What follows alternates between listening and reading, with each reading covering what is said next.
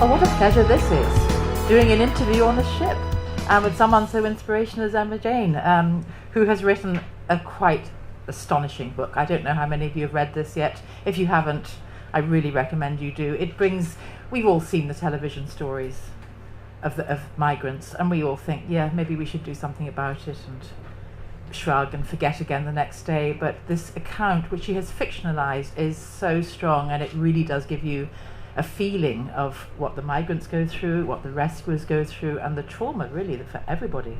It's wonderful. Emma Jane is a correspondent with the BBC Radio 4. Is it Radio 4? Or it is mainly Radio 4. Radio 4, and she has worked as a foreign correspondent. You've been in Afghanistan amongst other places, haven't you? Some quite tricky situations. So if you could just start by telling us really how you got involved with this particular project. Well, thank you so much for inviting me. As you say, it is the most incredible venue. Thank you so much to Lieutenant Commander Cohen for letting me on board, all of us on board, the LÉ Samuel Beckett. We knew that this migration story is one of the biggest news stories of our age, and yet we knew within a year and a half of talking about the story on the radio, on the television, that our audience had got, as they termed it, migranted out. They basically had got compassion fatigue. They were seeing the same images of rubber boats packed full of migrants, of people drowning, of people in panic. And all the stories that we told started to sound the same to them. Farida's story sounded the same as Ahmed's story. And people were actually saying to me, oh, I've heard that story already. And I'd say, no, you haven't. That was somebody else's story last week. Yeah. There are so many people who need to tell their stories. But we thought, how can we cut through this compassion fatigue for people who were saturated with these images and had just become immune to them? How could we draw back the attention on the crisis? So we sat down and thought about it, and we thought, well, instead of interviewing the migrants themselves, perhaps what we should do is interview some ordinary Italians who were affected by the migration crisis. And so I went to Sicily and Lampedusa, and we decided to interview 5 or 6 ordinary Italians. And in that series we had a hospital director, we had a fantastic housewife who had turned chef in a migrant soup kitchen. We had a gravedigger of Lampedusa who had the dreadful task of burying those who didn't make it. We had a wonderful man who was a carpenter who made crosses for the migrants, cut from the boats, the driftwood from the boats which were washed up on Lampedusa's shores. A very, very religious man. He used to go to the migrant camps and offer migrants a little cross as a symbol of their redemption and of a hope for a new life. One of those crosses, incidentally, ended up in the British Museum. It's part of the only, I think it's the only piece of living history the British Museum has. But then there was the Optician of Lampedusa, and on the face of it, he didn't really have a part to play in our series. He wasn't a member of an NGO. Yeah. He wasn't raising money for migrants. He didn't really have anything to do with the migrants. He saw them, of course, all around him every day, but probably like most of us, he didn't see them as his problem. After all, he was just an optician. What could he do? And then one day, on the 2nd of October 2013, he decided to go on holiday with his wife and a few friends, and they'd take a little boat trip, just 8 of them, out to sea for a few moments' peace. And I'd like to play you, if I may, the radio piece on which the book is based, and you will hear his story. Perfect. Allora, riesce a leggere le ultime lettere in basso, quelle là piccoline con I 4 numeri?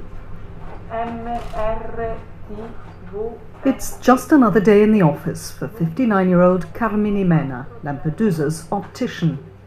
He's been working here quietly now for 25 years, giving sight tests to his fellow islanders and fitting them with glasses and contact lenses. Allora, queste come guardano, a destra, a sinistra, in alto? He shouldn't really figure in our series about ordinary Italians affected by migration, and had he not decided to take a short sailing holiday with some friends in October 2013, you would never have heard Carmine's voice.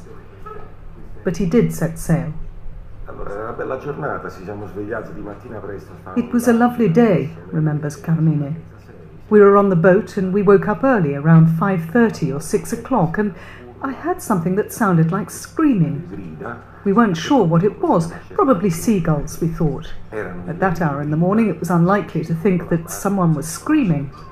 We had open sea in front of us and there wasn't a soul around, so we thought, well, it has to be birds. E quindi pensavamo agli uccelli per questo. As he recounts his story, Carmine rubs his hands up and down the thighs of his jeans, over and over again. Siamo usciti fuori con la barca e abbiamo trovato. We went to look with the boat, he continues, and what we saw is what you see on TV. È una cosa che non avevo mai visto tante persone. Nell'acqua. I've never seen so many people in the water. It made such an impact on us. The first thing we thought was, how on earth are we going to deal with this? There were so many of them, scores of them, too many of them. He pauses. Però poi istintivamente. Instinct took over. There were 8 of us. We threw the rubber ring, but it was so hard to reach them. They were all scattered across 400-500 meters. When they saw the boat, they were waving, making sure we'd seen them, and there were little groups of 2 or 3 people clinging to each other, trying not to drown. I thought, how do I save them all? That was my first thought. Come si fa a salvarli tutti? La prima cosa che ho pensato. Carmine twists the elastic top of his sock around his finger and lets it snap back. No, erano tutti quanti vivi. They were all alive, the ones we pulled on board. They were all alive, but they were vomiting and defecating. The men were physically at the end. They were in a terrible condition. Some of those we rescued were really at death's door. Qualcuno era quasi in fin di vita. 47 persone. You took 47, you saved 47. 47 persone, sì. A customer walks into the shop and Carmine quickly becomes Lampedusa's optician again, professional and together. When we resume our conversation, however, it's clear he's been thinking of much more than the cracked lens in his customer's glasses. Ne abbiamo salvati tutti quanti, da solo non avrei potuto fare niente.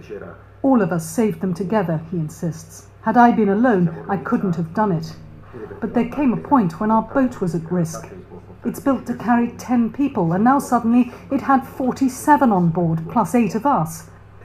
Quindi la barca praticamente rischiava di affondare. The boat was really at risk of sinking. We were far too low in the water. The boat was out of control, and we could have sunk there and then. Affondare tutti là. Carmine and I look at each other. He knows that I know. He couldn't save them all. Of course I think about them, he says. That's the first thing that comes to mind. How many more are on board that ship that I didn't save? When we got back to port, of course, we learned just how many had been trapped below deck. Women and children. 366 people drowned in the shipwreck that Carmine witnessed. It prompted the Italian government to launch its naval search and rescue mission, Mare Nostrum. Carmine catches me looking at his wife, who's been standing by the open door as we talk, clearly emotional and trying not to listen to us. Però per noi che siamo delle persone normali. You know, we're just ordinary people, Carmine reminds me. We're not professional lifesavers, NGOs or emergency services. We were terribly traumatized afterwards. My wife had to be hospitalized. You can't feel well after living through something like this. Non si può stare bene a vedere una cosa del genere. Carmine still goes out to sea.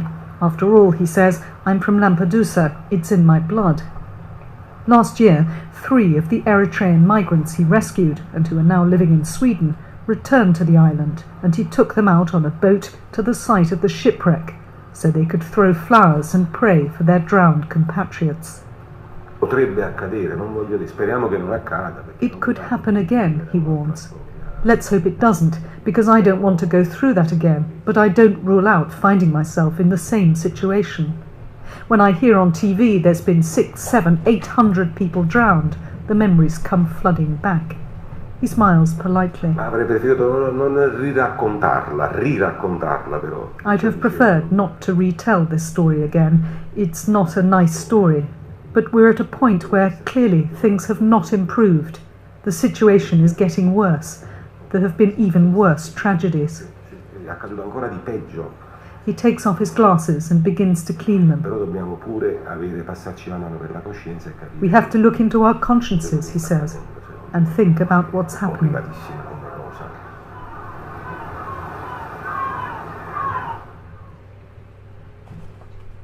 It's wonderful. Thank you.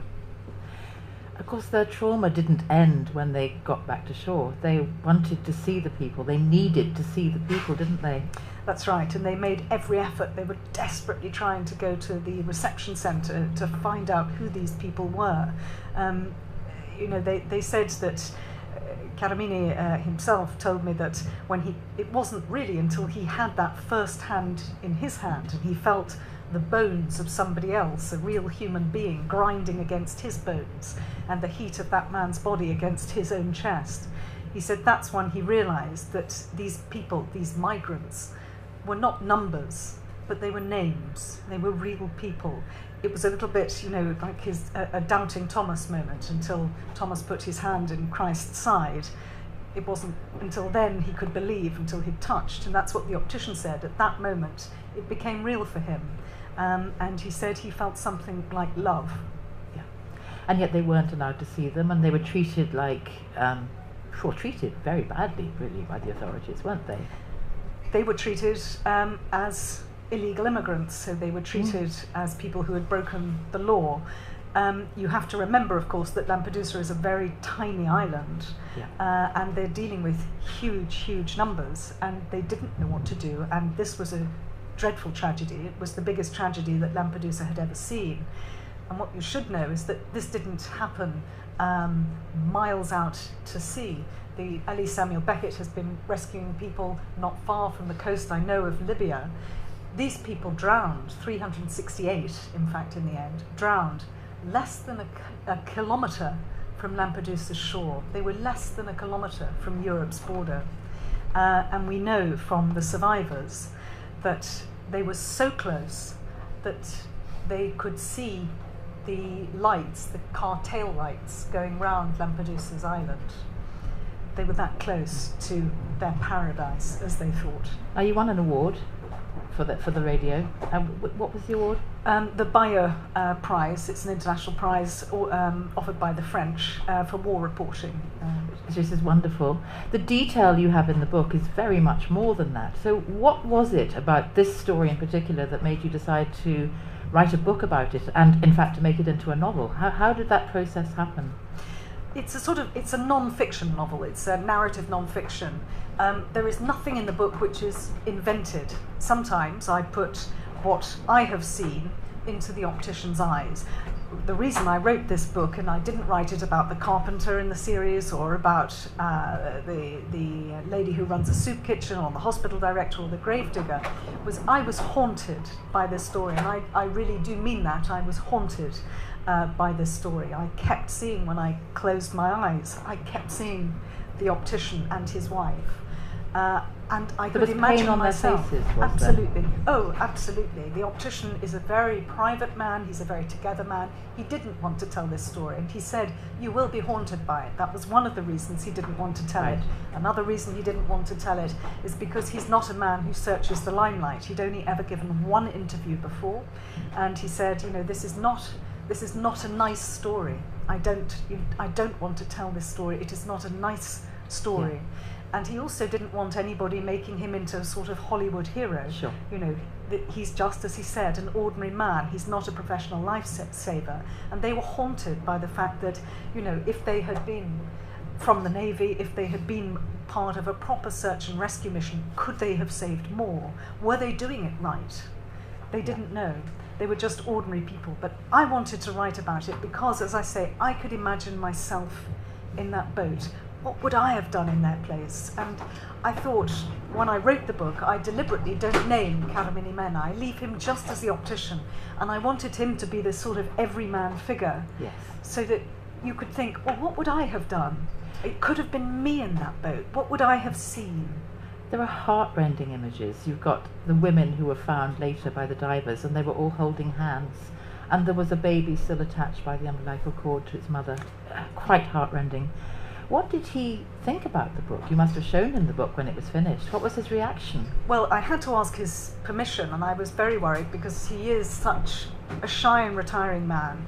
But I went back after winning the Bayeux Prize. I went back with some photographs of that, and I took the trophy to show him, and I took him out for dinner. And he was terribly humbled by it. And he said, so people understood. They understood the message. And I said, yes, they did. Because he thought it would just sort of disappear into the ether. And then I braved it and asked him, and I thought he would explode actually, whether I could write the book. And he said, unexpectedly, I love reading, and I trust you to give the message.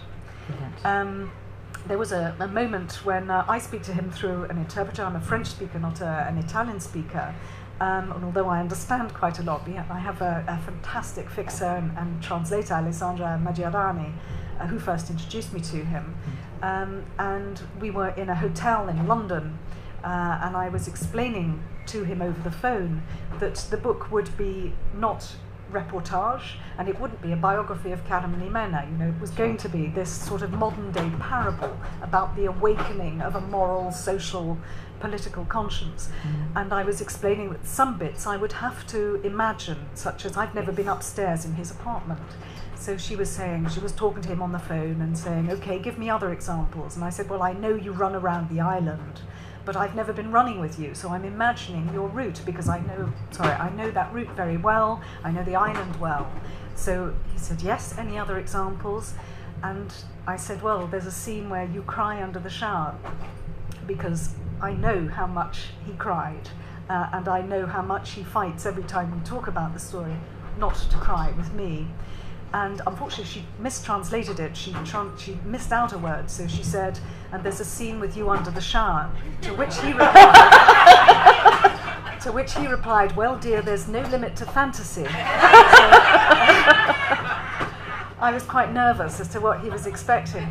And unfortunately the book came out first in French and then in English, neither language he speaks or reads, and so he was very nervous about it, but it has now come out in Italian, and thank God he phoned up and or wrote to us and said that it was a very honest portrait and a fair portrait of him, and that he was very happy with it. The only thing he said was he was terribly worried that I'd made him do one ophthalmological examination that he wasn't qualified to do. He didn't want anybody to think he was bigging himself up, which is so him. Isn't it true that he said to you, you must know what it's like, you know? Yes. Can you explain that and whether that is true? Yes, he did. He was very taken by when I talked about the drowning scenes and the struggle to pull people and rescue people. I know what it looks like to watch a black man drown. I have 4 Senegalese friends. I was on holiday with 3-4 years ago in Saint-Tropez, and we got into huge difficulties with them in the water. And they're all non-swimmers. And we did save them. My partner and I did save them. He's an exceptionally strong swimmer. I'm quite a strong swimmer. But 2 little children and the mum and dad. And we very, very nearly lost them. And the father, Ibu, I did think it was the end. And of course, when a drowning person is drowning, they cling to you. So we were both under the water. And I remember thinking very bizarrely at that last moment of Susan Hill's novel. I don't know if anybody have read Susan Hill's novel, I'm the King of the Castle. which I'd read as a 15-year-old, I think. And there's a very calm moment at the end of the book where there is a drowning, and it goes very calm. And that's exactly what it was like, a total calmness, and which I just felt an acceptance. I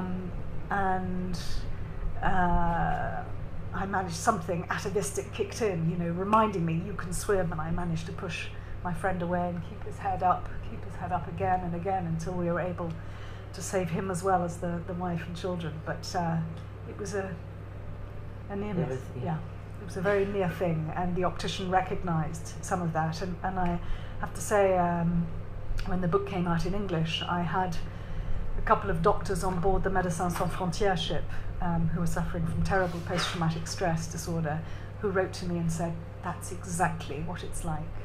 That's what it feels like. That must feel... it's amazing how these really awful experiences can kick in and make something better. I hope so, yes. I hope it's great to think that. Thank you very much for sharing that. The book was Waterstone's Book of the Month back in November, and it raised £56,000 for Oxfam for their migrant mission in the wonderful. Med. Wonderful.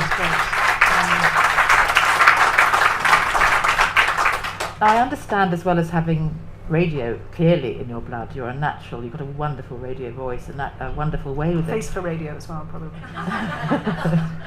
Face for television. But you also have the Navy in your blood. I do have the Navy in my blood. My grandfather served in both World Wars. My cousins were all in the Navy, in the British Navy, and my cousin was a Commodore in the Navy, now retired at 60. And my French family, I'm married to a Frenchman, and my father-in-law was also a Navy man as well for his career, engineer in the Navy. So it's wonderful to be on board here, and I have travelled with Frontex, the EU's border agency, with their search and rescue missions, both by sea and by boat. And would you like to talk about that at all? That I can say. I went for a very quick press trip actually with Frontex. I was telling the Lieutenant Commander just downstairs, we went for what was really one of those quick show and tell press trips that was meant to last 2 hours in the port of, it was either Pozzallo or Catania, I can't remember, in Sicily. And we did a trip, and then an emergency call came, and we didn't get back till 40 hours later. We were with the Icelandic crew, and the ship was in terrible seas, 4 meters high the waves were, and we were in a big ship like this, a big warship, but you get a sense of what can it be like for those people in the rickety, unseaworthy boats that they're coming in, the women and children packed underneath. We were packed in, we couldn't go out because it was very dangerous. Obviously the ship had to be closed up, the doors had to be all closed, and my goodness, did it sink home what it must be like, how frightening, how terrifying it must be for people who have never been on the sea before and in those tiny, dreadful boats with water coming in. They did arrest the captain, didn't they? They did arrest him, and he was a Tunisian who had already been deported once from Lampedusa. They did, yes. The scafiste, this is the Italian word, the boat driver. He was the boat driver, he wasn't the main organiser. Yeah. And did the optician ever see the survivors again? He certainly did. He keeps in contact with them. You heard on the report that he saw them the year after. He's seen them every year, and there are particular ones that he keeps in contact with. One he saved, the teacher who I mentioned in my book, who was the only person I think who was actually clothed. So obviously the migrants have taken off their clothes to try and stay buoyant. Most of them couldn't swim. And this chap, Ambassador, I met last year. The optician very kindly trusted me. It's the only time they've done it. He let me come on the boat to commemorate with them on the 3rd anniversary with him, 6 of his friends, his wife, and 5 of his friends, and who were on that ship at the time, and 3 of those he saved, including Ambassador. And Ambassador was wearing the same clothes that he was rescued in, and every October the 3rd he wears that same t-shirt, those same shorts. And I have to say, it was, I think, the most moving thing I've ever done. That's brilliant. Was there a time that you were shipwrecked? There was. I have thanks to the Australian Navy for that. I was working as a reporter for Woman's Hour at the time, and I was doing a little piece about 10 years. It had been 10 years since women had joined the Royal Navy, so goodness knows how many years ago that was, maybe 15 years ago now, yeah. And we were meant to be joining HMS Portsmouth. Unfortunately, the Sea King that was taking us onto the ship, I should say it was in the South China Sea, everybody was in mission on an exercise in the South China Sea with the Malaysians, with the Singapore Navy, with the Australians. Unfortunately, the Sea King ran out of fuel and said, your ship is out of range, you're going to have to land on the Australian boat, which I thought was great for my report. It would make it better. The Australians had had women in the Navy for 20 years. They were so au fait with, you know, women being part of the effort, war effort, etc. So I landed on that ship, did some great interviews with the women, and I do remember interviewing some of the women and saying Neril was the officer, female officer on board, and I said to her, it must be terribly difficult. You've got all these handsome men all around you, and of course there's no contact. Women and men have no contact. You're out at sea now for 9 months on this mission. Yeah. How difficult is it? She said, what handsome men? I don't see any handsome men. She said, I see pigs. I went to meet the ship's doctor and talk to him, and I thought he must be terribly, you know, au fait with women and what happened, what have you. And I said to him, you know, 20 years you've had women at sea. It's great, congratulations. This modern world. How do you find it? And he said, personally, I don't think women should be on board. And I said, could you give me a reason for that? And he said, yeah, women's bits, they're not equipped for sea. And then very kindly, at 3 a.m, we were woken up and we were told that our ship had come into range, the HMS Portsmouth had come into range, and it was time to do a boat transfer at 3 a.m. into big seas in the South China Sea. We'd been feeding sharks from the boat the night before. And they very kindly launched us into the swell. Everything went, our camera equipment, everything went into 2 small rubber boats. And just as I was on the ladder coming down, the boats flipped over, taking everything we owned down to the bottom of the ocean. Bankrupted our cameraman, because as you'll know, you can't get insurance on a warship. I didn't know. You couldn't then. I don't know whether that's changed. And yes, everything we owned. So I lived for the rest of the 3 weeks in a Royal Australian naval boiler suit.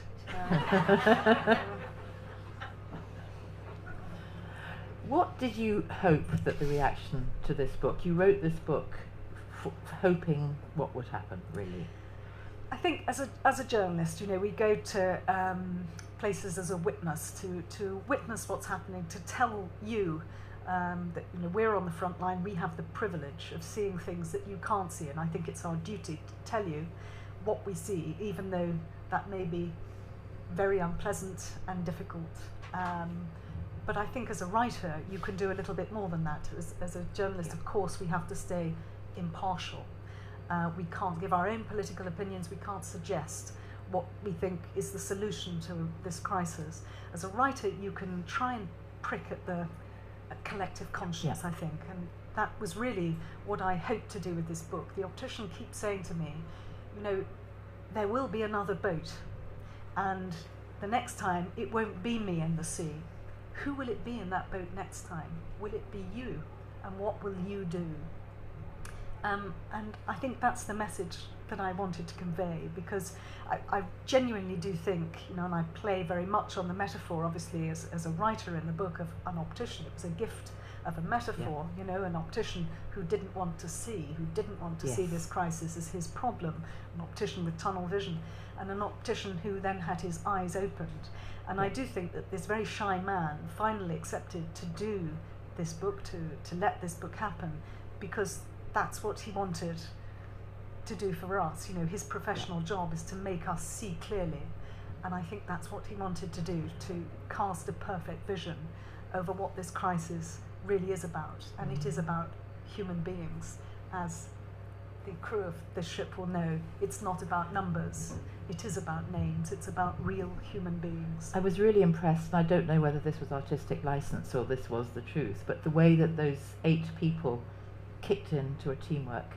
Some of them were nervous, some of them were extrovert, they weren't natural, as you say, rescuers at all, but they all automatically kicked in. They did, and that was not That was artistic truth. license. Yeah. No, the optician has told me how it all worked, and that the amazing thing is when I took him for dinner, you know, he goes back to that scene like that. He's living it day after day after day. It's on a spool. He is totally haunted by what happened, because, you know, the only cross word we've ever had is when I first met him, and I said, "You're a hero," and he snapped, "I'm not a hero. A hero would have saved them all." He's haunted by that, and he always says, you know, it was teamwork. What else could we do? It's the law of the sea. You see people in danger, my God, of course you have no other choice. But they did have a choice. We know that at least 3 boats went past and didn't help. At least 3. You have 1 in the book. At least 3. And during the actual, that was while the boat was drifting, not necessarily while it was tipped. Gotcha. But we do know that other boats went past. The optician himself saw 3 Zodiac boats go past, and they did not help. They chose not to help. So it is a choice, and I think that's what I really wanted to do with this book, is to sort of say, okay, you know, it is not a nice story, the optician is right, but I wanted you to get on board with the optician, to see what he did. Everything is behind, you know, the lenses of the optician. You get behind his glasses, and to see what he saw, and to choose to see. You know, you can choose to read this as fiction. You can choose to read it just as a novel, a very unpleasant novel. But, you know, I hope that once in a while you'll get a sort of big shock of cold water running over you as you realise that actually this happened. Yeah. This is true. When I was writing the book, I became almost, although I cried every day writing it, I became almost removed from it. I was telling a story, albeit a real one. I was telling a story, and then just by chance, I'd taken 7 weeks off, nearly 2 months off to write the book from my BBC duties. I'd taken a break. By chance, the next thing I did as a BBC report was to go to Milan to a place called Labanov, which is a pathology lab, where they are trying to identify still the 368 victims of the Lampedusa tragedy, those that the optician could not save. And I was handed by the pathologist a photograph album, and I don't think I was ready for it. And I opened the first page, and there were the victims, and there were the faces of the drowned, and I will never forget those images. We are going to have tea and scones, tea and coffee. Where did that come from?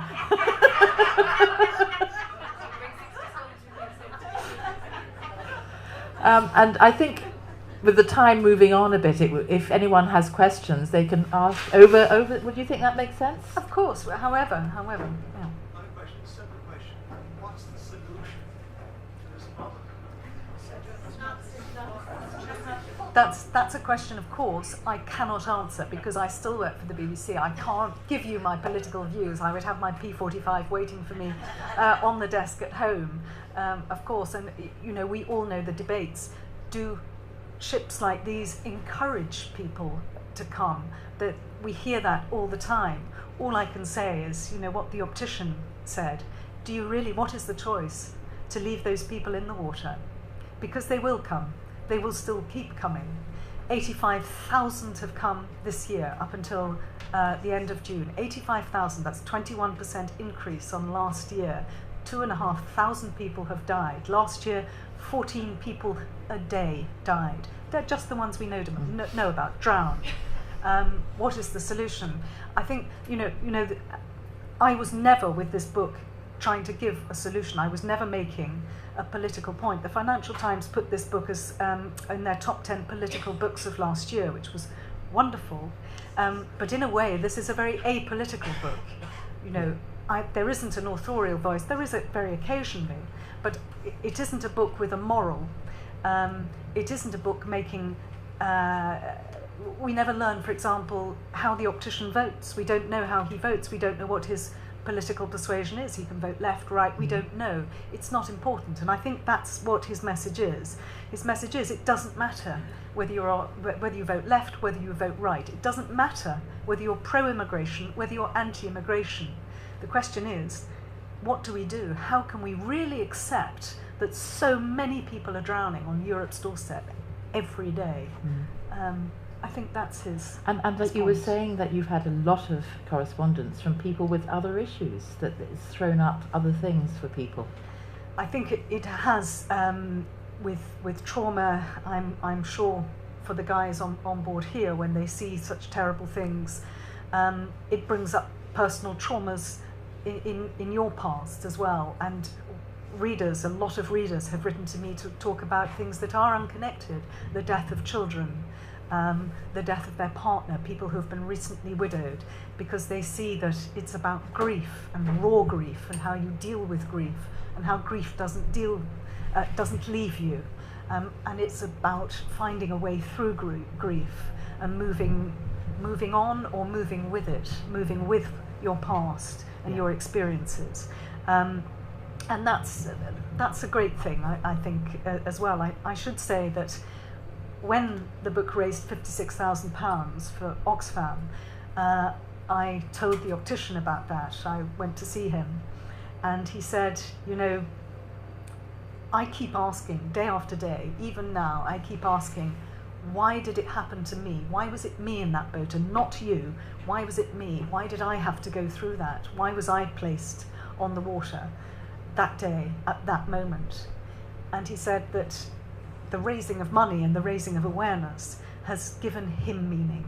It's given a meaning for him behind that story, which is just wonderful, that he feels that he's being used correctly as some kind of vehicle to show people that it's not about numbers, but about names. And do you feel job done? Job will never be done, because as he says, it's still happening. Yeah. It's still happening. So, job done, no, but I'm just so delighted that the book is raising awareness, and I do a lot of conferences in France as a French speaker, and I have many people afterwards come up to me saying that they are raising money, that they've just done things like collected clothes for migrant reception centres, not necessarily anything big. Of course, we can't all get in boats, we can't all join the LÉ Samuel Beckett, of course not, but people have found their own ways of helping, and it's absolutely wonderful. Even if it's, you know, people have written a letter to their MP, or, as I say, have collected their grandchildren's clothes and taken them to And camps. here it is, gorgeous book. I mean, isn't it even pretty? And it's there are copies for sale. You will be signing? Certainly, yeah. Pleasure. And I really highly